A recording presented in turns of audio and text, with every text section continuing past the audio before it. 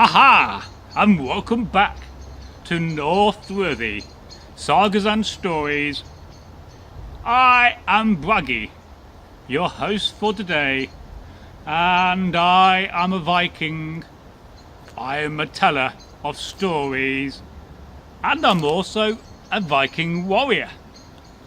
And today we have another folk tale for you on the channel, which will be premiered as well.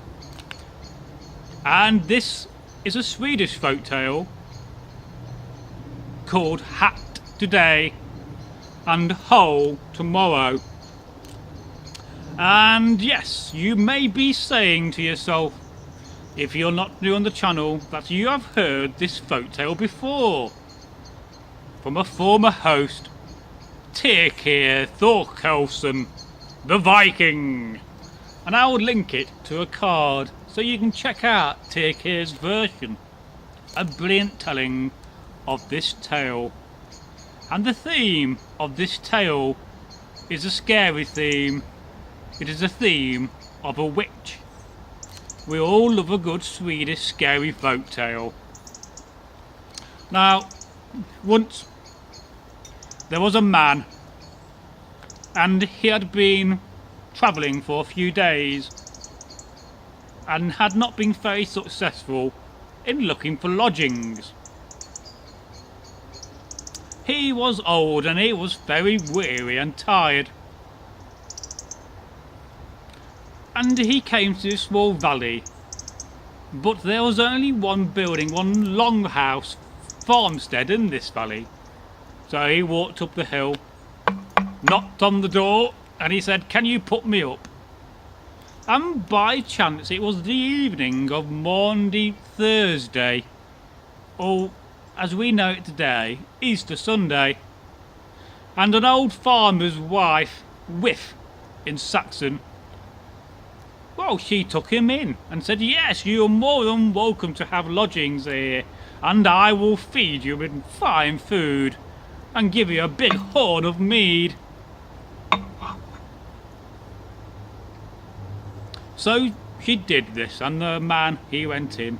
He had a nice big bowl of food with meat, and a big horn of mead, and some bread and cheese afterwards to fill him up and to make his belly full. Well, he was tired, and as there was not many rooms in this long house, he was sleeping next to the hearth, the fire, in the middle of the hall. And in the middle of the night, something strange happened. The old woman of the farmstead came out, and she took a very small horn of salve, and she smeared it all over herself with it. And then she climbed on top of a broom on the hearth and sat astride the broom stick. And then she said these words: "Up here, out there, and away to Snake Farm." Then suddenly she went up in the smoke and through the roof and past the hearth in the thatched roof, and she just disappeared. And the man looked round. He was puzzled by this. At first he thought, well, I must have been dreaming, but he was a wise old man, a wise warrior, and he knew the difference between reality and a dream. But he was also very curious. So the man who was in the lodgings went up and got some of the salve and started to smother himself all over in it. But he could not find a broom, so he found an old staff, and he climbed over the staff on the hearth, and he said these words: "Up here and down here," he said. But nothing happened. Nothing at all. But then a servant girl, she came into the longhouse in the middle of the night, wondering what was going on. And she saw the old man on top of the broom. And she said, "Well, you're saying the wrong words." And she taught him the correct words.